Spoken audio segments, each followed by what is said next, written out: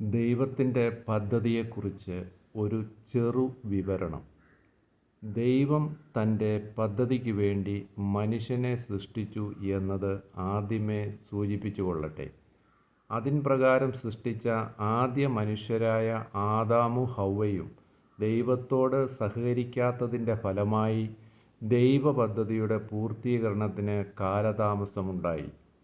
ദൈവം കാലാതീതനായതുകൊണ്ട് ദൈവിക പദ്ധതിയുടെ പൂർത്തീകരണം നീണ്ടുപോയി എന്നുള്ളത് കാലത്തിനുള്ളിലായിരിക്കുന്ന നമ്മൾ ചിന്തിക്കുന്നു എന്നു മാത്രം. ആദ്യ മനുഷ്യനായ ആദമിനെ സൃഷ്ടിച്ചതിന് ഏകദേശം 1600 വർഷങ്ങൾ ആയപ്പോൾ ആദമിൽ നിന്നുണ്ടായ മനുഷ്യകുലം അപ്പാടെ എന്ന വണ്ണം ദൈവഹിതത്തിന് അനുസൃതമല്ലാതെ ജീവിക്കുന്ന സാഹചര്യത്തിൽ നോഹ എന്ന ദൈവഹിതപ്രകാരം ജീവിക്കുന്ന വ്യക്തിയെയും കുടുംബത്തെയും ഒഴികെ മറ്റുള്ളവരെയെല്ലാം ജലപ്രളയത്താൽ ഭൂമിയിൽ നിന്ന് മാറ്റിക്കളഞ്ഞു എന്നുള്ളത് പ്രസിദ്ധമാണല്ലോ. എന്നാൽ പിന്നീട് നോഹയുടെ തലമുറകളിൽ ഭൂരിപക്ഷവും ദൈവിക പദ്ധതി തിരിച്ചറിഞ്ഞ് ദൈവത്തോട് സഹകരിക്കാതിരിക്കുകയും ചെയ്ത സാഹചര്യത്തിൽ ജലപ്രളയത്തിന് ശേഷം ഏകദേശം 365 വർഷങ്ങൾക്ക് ശേഷം നോഹയുടെ 3 പുത്രന്മാരിൽ ഒരാളായ ശേമിൻ്റെ വംശത്തിൽ ജനിച്ച നാഹോരിൻ്റെ പുത്രനായ തേരഹിൻ്റെ പുത്രനായ അബ്രാം എന്ന വ്യക്തിയെ തൻ്റെ പദ്ധതി നടപ്പാക്കുന്നതിനു വേണ്ടി ദൈവം തിരഞ്ഞെടുക്കുകയും അബ്രാം എന്ന പേരിനു പകരം അബ്രാഹാം എന്ന പേരാക്കുകയും ചെയ്തു.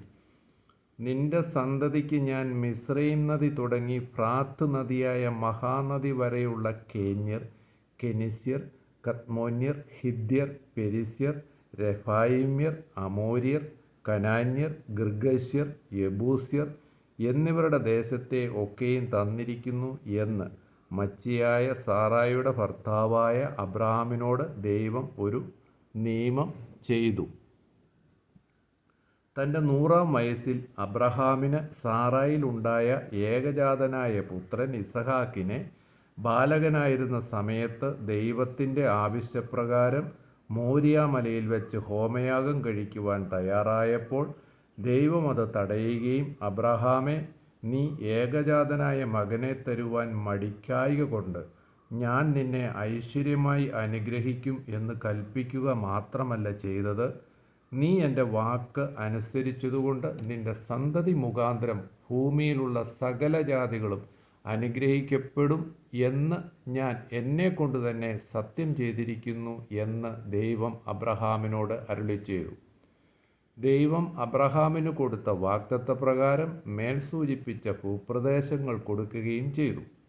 ഏകദേശം 430 വർഷക്കാലം അബ്രഹാമിൻ്റെ സന്തതിയായ ഇസഹാക്കിൻ്റെ പുത്രന്മാരിൽ ഒരാളായ യാക്കോബിൻ്റെ 12 മക്കളിൽ കൂടി ഉൽപ്പാദിതമായ ഏകദേശം 20 ലക്ഷത്തിനു മുകളിൽ വരുന്ന ജനങ്ങൾ മിസ്രയീം ദേശത്തായിരിക്കുകയും അവിടെ നിന്ന് ദൈവപുരുഷനായ മോശയുടെ നേതൃത്വത്തിലും തുടർന്ന് യോശുവയുടെ നേതൃത്വത്തിലും മുൻപറഞ്ഞ ദേശത്തേക്ക് തിരിച്ചു വരികയും ആ ദേശം ഇവർക്ക് ഗോത്രം ഗോത്രമായി വിഭജിച്ച് നൽകുകയും ചെയ്തു. എന്നാൽ ദൈവിക പദ്ധതിയുടെ പൂർത്തീകരണത്തിലേക്ക് എത്തപ്പെടേണ്ട സാഹചര്യത്തിന് ഈ ജനവിഭാഗത്തിൻ്റെ ദൈവത്തോടുള്ള അനുസരണക്കേടിനാൽ വീണ്ടും കാലതാമസമുണ്ടായി. ഈ ജനവിഭാഗങ്ങൾ മറ്റു രാജ്യങ്ങൾക്കും രാജാക്കന്മാർക്കും അടിമപ്പെട്ടു പോകുകയും മുൻപറഞ്ഞ ഇവരുടെ ദേശങ്ങൾ മറ്റുള്ളവർക്ക് അന്യാധീനപ്പെട്ടു പോകുകയും ചെയ്തു. അബ്രഹാമിൻ്റെ സന്തതികളായ ഇവർ മറ്റു രാജ്യങ്ങളിലേക്ക് അടിമയാക്കപ്പെടുകയും ഇവർ ചിതറിപ്പോവുകയും ചെയ്തത് ചരിത്ര സത്യം. എന്നാൽ ഇവരുടെ ഉദ്ധാരണത്തിനു വേണ്ടിയും അബ്രഹാമിന് കൊടുത്ത വാഗ്ദത്ത നിവൃത്തിക്കു വേണ്ടിയും ആത്യന്തികമായി ദൈവിക പദ്ധതിയുടെ പൂർത്തീകരണത്തിനു വേണ്ടിയും ദൈവം തൻ്റെ ഏകജാതനായ പുത്രനെ ഭൂമിയിലേക്ക് ഒരു മനുഷ്യനായി അയക്കുകയും ചെയ്തു.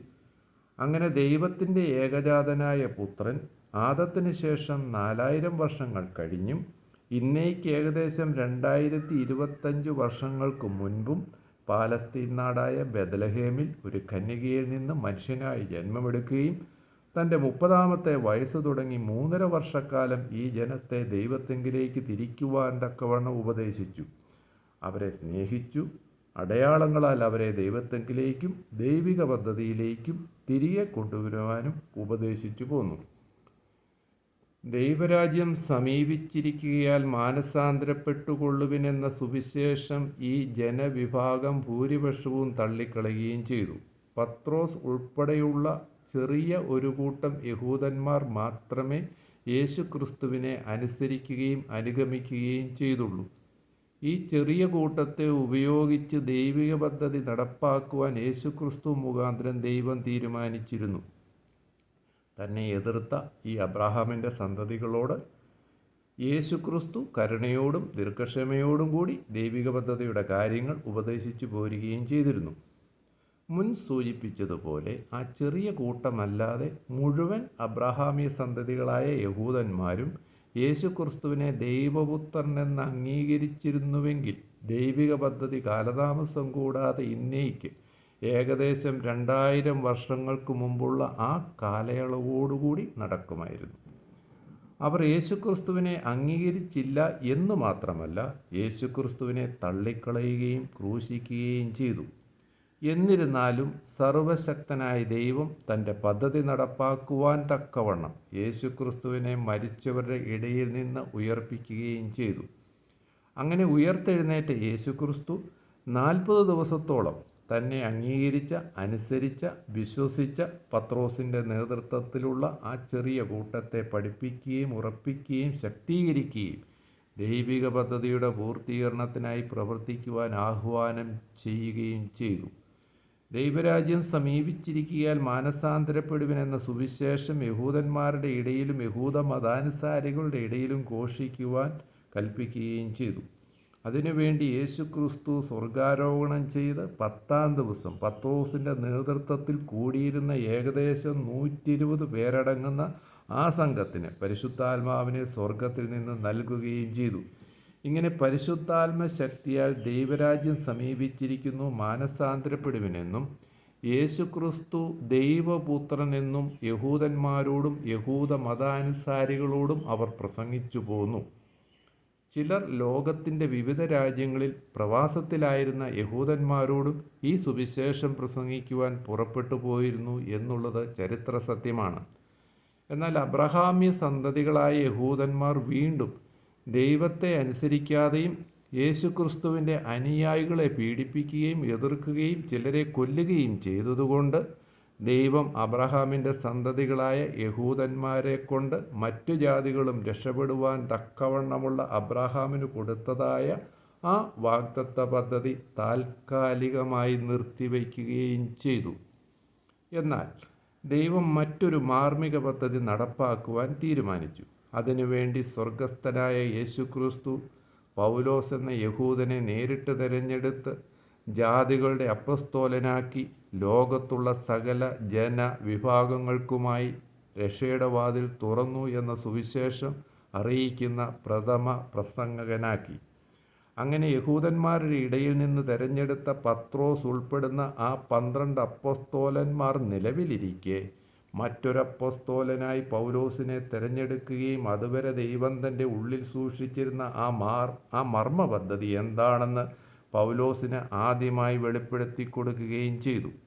അതിൻ പ്രകാരം പൗലോസ് പ്രവർത്തിക്കുകയും സകല മനുഷ്യർക്കും രക്ഷാകരമായ ദൈവകൃപ ഉദിച്ചിരിക്കുന്നു എന്നും സകല മാനവജാതിയും യേശുക്രിസ്തുവിൽ വിശ്വസിച്ച് യേശുക്രിസ്തുവിനെ അംഗീകരിച്ച് ദൈവത്തോട് നിരന്നുകൊള്ളുവിനെന്നും പ്രസംഗിച്ചു തുടങ്ങി.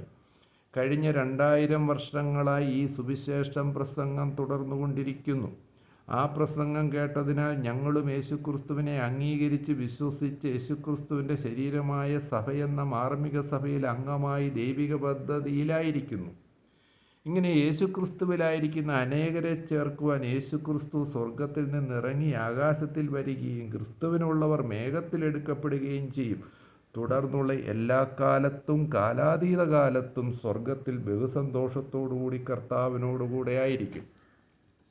ഇതിനുശേഷം അബ്രഹാമിന് കൊടുത്ത വാഗ്ദത്തപ്രകാരം നിന്റെ സന്തതി മുഖാന്തരം സകല ജാതികളും അനുഗ്രഹിക്കപ്പെടുമെന്നുള്ള ആ ദൈവരാജ്യ പദ്ധതി യേശുക്രിസ്തുവിൻ്റെ പുനരുത്ഥാനത്തിന് ശേഷം ചില വർഷങ്ങൾക്കകം നിർത്തിവെച്ച ആ ദൈവരാജ്യ പദ്ധതി പുനരാരംഭിക്കുകയും തുടർന്ന് യഹൂദന്മാരുടെ ഇടയിൽ നിന്ന് തിരഞ്ഞെടുക്കപ്പെടുന്ന 1,44,000 യഹൂദന്മാർ മുഖാന്തരം ആ പദ്ധതി പ്രകാരമുള്ള ദൈവരാജ്യം സമീപിച്ചിരിക്കുന്നു എന്ന സുവിശേഷം ലോകത്തെല്ലായിടവും പ്രസംഗിക്കപ്പെടും. ആ കാലം യാക്കോബിൻ്റെ കഷ്ടകാലമെന്ന് വിശേഷിപ്പിച്ചിരിക്കുന്നതുകൊണ്ട് ഭൂതലത്തിലെങ്ങും മുൻപുണ്ടാകാതിരുന്ന വിധമുള്ള വലിയ അനർത്ഥങ്ങളും കഷ്ടങ്ങളുമാണെന്ന് ദൈവം പ്രവാചകന്മാർ മുഖാന്തരം അരുൾ ചെയ്തിട്ടുണ്ട്. അതുകൊണ്ട് 2000 വർഷങ്ങൾക്ക് മുൻപ് യേശുക്രിസ്തു പൗലോസിനെ പ്രത്യേകമായി തിരഞ്ഞെടുത്ത് വെളിപ്പെടുത്തി കൊടുത്ത ആ കൃപയുടെ സുവിശേഷം ഞങ്ങൾ പ്രസംഗിക്കുന്നു.